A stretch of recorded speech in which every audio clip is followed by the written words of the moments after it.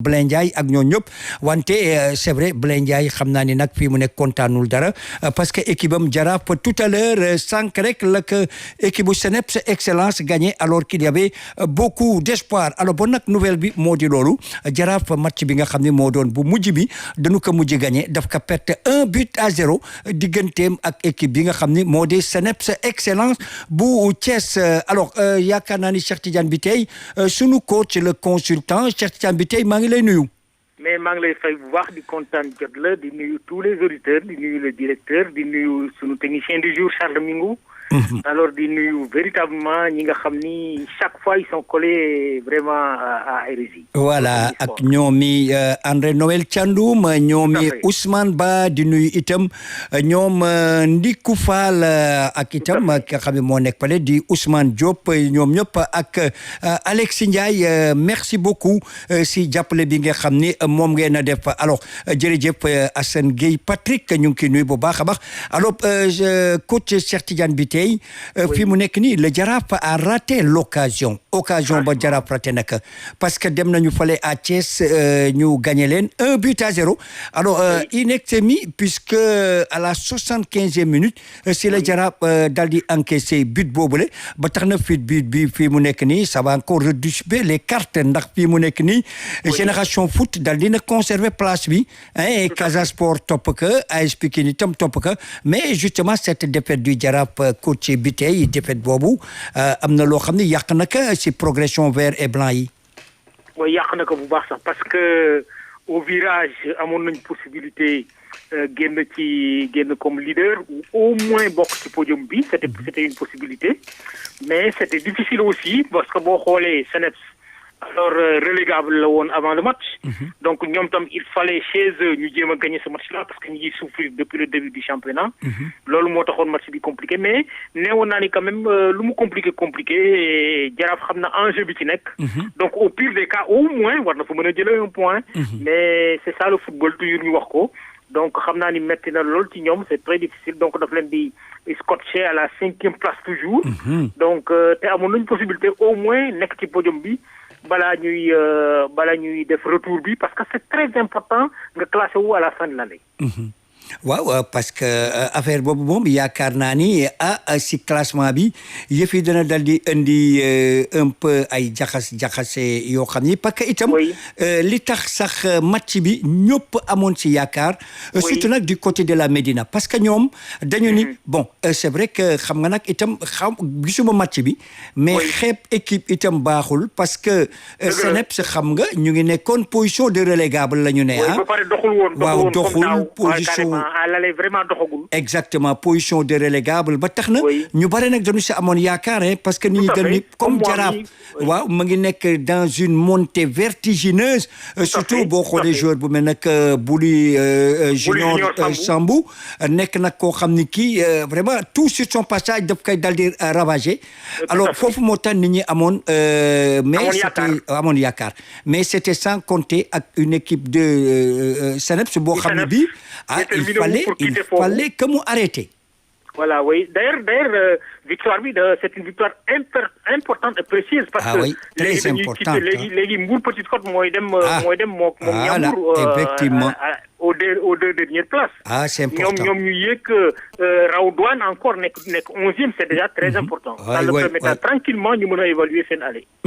Voilà alors coach bi tey am na itam la situation du Ndiambour bëggoon naa nga dellu saa ci tuuti aussi parce que vraiment xam nga match pale dañu sauvé wu waa Ndiambour presque bi nga xamee ni match baa ngi bëgg jeex si la ñuy soog a am seen but égalisateur te yaakaar naa ni but égalisateur boobu bu duggul woon dana am catastrophe. Absolument catastrophe bu mag a mag déjà c'est catastrophique déjà parce que une équipe boo xam ni équipe bu mel na Ndiambour la jël na championnat bi jël coupe du Sénégal yàgg animer le championnat. Bon ils ont de bons joueurs ça ne se discute même pas ils ont un bon staff technique de très bons dirigeants yi nga xam ni vraiment duñu caaxaan pour mettre leen dans d'excellentes conditions. nga aller bi yëpp sur 13 matchs nga gagné lu dul benn yoon alors dugaloo lu dul 4 buts encaissé 14. loolu c'est très très faible. Donc je pense que comme xale bi jeex na. ils auront la semaine alors pour mën a évaluer véritablement li nga xam ni ça ne marche pas du tout parce que ça ne marche pas te bu ñu continuer nii alors ci suuf lañ jëm parce que boo xoolee ñaari année yi mujj yëpp dañuy lang ba aux différentes dernières journées ñuy reyante pour mën a toogaat. donc loolu kenn mën ci dëkk ñiy wàcc népp noonu la doxee donc ils ont intérêt pour ce match précis ñu xoolaat seen équipe bi xam ni stats yi vraiment c'est catastrophique xam ni au niveau également de l'équipe am na ay problèmes il y a beaucoup de faiblesses équipe mënul gagner à domicile mënuloo gagner à l'extérieur tu prends trop de défaites donc loolu vraiment c'est bu ñu ko doon juger bu ñu ko doon apprécier on dirait une équipe boo xam ni véritablement xëy na peut-être 1 lay am sur 10 donc loolu war na tax ñu xoolaat seen équipe bu baax jéem a seet nuñ ko defaree waat avant la phase retour. voilà alors fële au niveau de Rufisque aussi am na ay supporters yoo xam ne yii. xëy na ñoom itamit ñu ngi si ay seen kii daal bare na ñoo xam ni daal fii mu nekk qui ne reconnaissent plus seen équipe bi nga xam ni. tu vois ak ñoom yi Pape Ousmane Sakho nga xam ni vraiment dañu animé woon équipe boobu la bu baax a baax mais bi yoon. fii mu nekk nii daal c'est une équipe boo xam ni qui ne rassure pas fii mu nekk. oui tout à fait qui ne rassure pas d'ailleurs même moo tax boolewuma leen ci loowu ñi nga xam ni ñoom laa yaakaar ni en tout cas après phase aller bi. ñi nga xam ni ñoo nekk en tête ñoom ñoo animé le championnat à l'aller. mooy Génération Foot mooy le Casa surtout. Guédiawaye aussi Pikine Jaraaf même bu leen gagné tey. donc ñooñu ñoo animé le championnat à la tête de l'aller. mais toujours dañ leen ciy boole parce que xam nañ ñi am nañ ay joueurs yu baax xam nañ ni équipe bu baax la nekkoon africaine l'année dernière def une très belle prestation. mais les supporters ont xàmmewuñu vraiment équipe bi man mii xàmmewuñu véritablement équipe bi. ça ne marche pas du tout. Ça, il faut le dire. Il faut que, alors, d'abord, qu'est-ce qui ne va pas avec son staff, avec ses dirigeants, nous devons redresser où parce qu'ils sont à la 6e place. Bon, même si ils sont pas très, très largués parce qu'entre nous, 6e et Giraffe, 4 points là, Giraffe à 20 points, nous avons 16. Donc, il est temps que nous regardions qu'est-ce qui n'a pas marché tout au fond de l'année. Parce que, déjà, nous, dans les 2 dernières années y passées, nous, presque à domicile, nous avons gagné parce que c'était l'enfer de Rufisque. Mais là, ils n'ont que 3 victoires. 3 fois, ils ont gagné 13 matchs. Donc, les supporters ont raison de dire que nous avons une équipe. Mais je pense que l'équipe de Bohamni, nous remobiliser parce qu'il y a des joueurs, il y a un entraîneur qui est là bon derrière. Donc, avec un bon staff, donc il faut que nous corrigions pour relever où, faire un peu accrocher sur les équipes d'en haut. Parce que vous nous larguer au début de la phase retour, mais c'est foutu pour eux. Ah oui, ils risquent d'avoir des problèmes. Alors, bonne équipe, Moudi, le Casa Sport, parce que, on n'a pas très bien reconnu l'équipe de Guédiawaye. Nga xamni doon na équipe bu Guédiawaye boobule, c'est vrai, ça faisait peur. Ça faisait peur cette équipe de Guédiawaye. Yow da nga koy faral di wax toujours ils ont un bon entraîneur quand même l'équipe de Guédiawaye mais bi yoon vraiment Casa Sport mën nañu taxaw si ñoom tuuti hein parce que xam nga dama doon wax naan vraiment c'est le jeu ardent c'est l'offensive à outrance cette équipe du Casa Sport là avec une très bonne occupation du terrain équipe bu Casa Sport mais en ce moment fii mu nekk nii dem ba sonal équipe bu Guédiawaye dans son fief hein nga xam ni foofu itam c'est un peu l'enfer parce que boo xoolee la tribune Ibrahima Gningue déjà kooku moom les supporters du Casa Sport j'allais dire supporters ñen duñu ko bokk ak kenn voyez-vous alors ñëw Casa Sport def la noonu là aussi il y a quelque chose à dire non bu baax parce que déjà équipe bu Casa bi maa ngi la ko doon wax di ko répéter ni la sur le plan du jeu groupe la boo xam ni équipe la boo xam ni très agréable di leen seetaan parce que duñu fermer seen jeu dañuy jouer carrément te parcours aller bi bokk nañ ci ñaar wala ñett yi ko gën a animé à l'aller alors te boo xoolee c'est vrai que Guédiawaye def na aussi une bonne phase aller une belle phase aller mais ci match bi mentalement la leen Casa gagné pourquoi mentalement parce que j'ai l'impression que dans la communication alors déglu naa l'entraîneur plusieurs fois déglu naa certains dirigeants ñoom ñëpp ils ambitionnaient de terminer vraiment fort ba nga xam ne dafa nekkoon seen bopp de trop que ñoom alors match bi dañ koy gagner rek jël paie pour la phase aller donc nekkoon na seen bopp ils avaient déjà gagné le match avant de l'avoir joué loolu bokk na ci lu leen gën a effrité mentalement ba nga xam ni le Casa a fait presque son meilleur match gagné 2-0 alors encaisser au benn but c'est extrêmement important et c'est très motivant replacer leen aussi vraiment dans à la deuxième place c'est très important donc il faut que bon yooyu c'est des péchés yoo xam ni ci équipe boo xam ni da nga gëjoon en Ligue 1 day am parce que loolu moo tax ñu perte ce match-là mais je pense que bu ñu tirer les bons enseignements et certainement Souleymane dina ko def parce que comme il est très bon et ensuite il fait ses preuves il est en train en tout cas de faire ses preuves ci entraîneur yi nga xam ni mën nañ ci compter actuellement moom ci la bokk donc je pense que il va falloir corriger en tout cas avant la phase de retour parce que ça n'attend pas parce que échéance yi dafa jegeyantoo donc nañu xam ni def nañ erreur sur la communication boo xam ni sur le plan mental fa la leen yóbbu Casa gagné leen. waaw maintenant coach bi tey équipe bu Génération Foot. La Génération Foot. Évidemment mais nag avec de lourds scores parce que moo xaw a kile nit ñi tuuti alors dellu saa ci baax a baax et puis nga wax ni itam la position de Mbour Petite Côte parce que vraiment waxtu woo demee ba am yaakaar rek yëf yi dal di dellu saa mais quand même wax nu Génération Foot d'abord. Oui, Génération Foot, je pense que moi je suis convaincu d'une chose que c'est l'équipe la plus régulière des 5 dernières années. Parce que déjà boo xoolee bi mu jëkkee jël le championnat parce que maa ngi expliqué démb ni boo xoolee ni mu gaawee alors brûler étape yi ñëw en ligue professionnelle 2017 mu jël le championnat jëlaat que en 2000 xam nga daf ko perte en 2018 jëlaat ko deuxième fois alors en 2019 mu jëlaat ko donc loolu dafay expliqué ni bi mu nekkee ci ligue professionnelle ba léegi amul benn saison boo xam ni passé na ko à côté sauf en 2020 bi nga xam ni dañ ko mujj arrêté ndax Covid bi. parce que phase aller c'était vraiment la phase aller la plus catastrophique bu mos a def. mais je pense que retour bi bu amoon retour kenn arrêté wu championnat bi dina dellu si parce que c'est une équipe régulière c'est une équipe qui a de très bons techniciens derrière. C'est une équipe bu liggéey lu bare.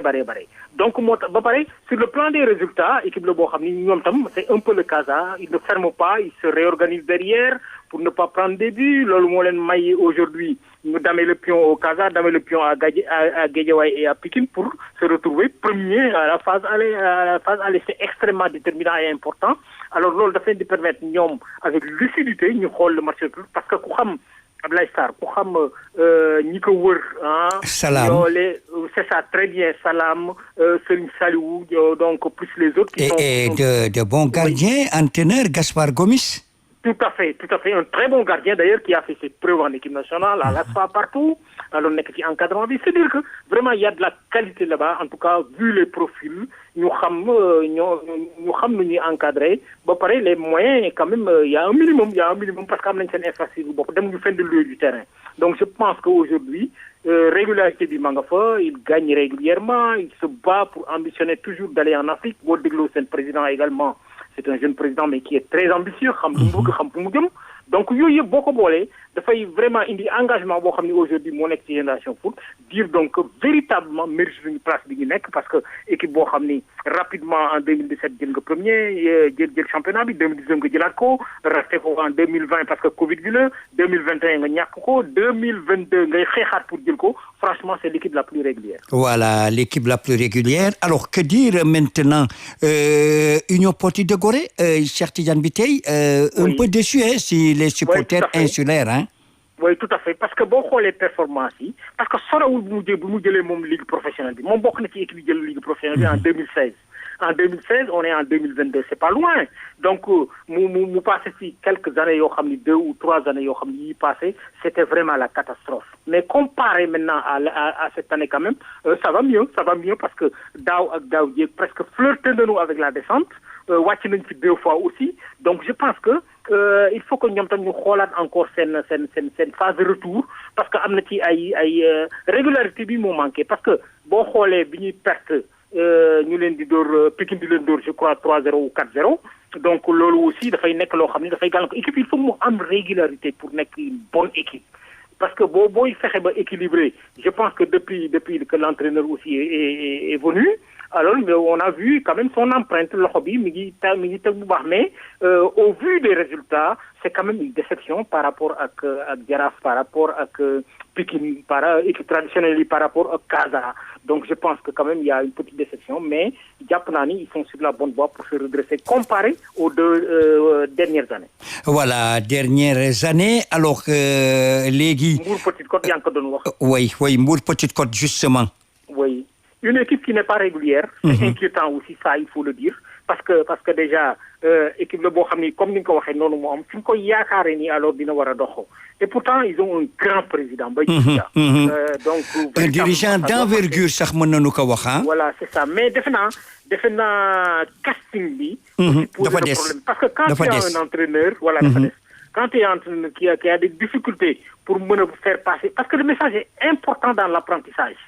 Et boo yoree ay gosses di leen entraîner alors bu fekkente ni par exemple ça ne marche pas gis nga am na li ma koy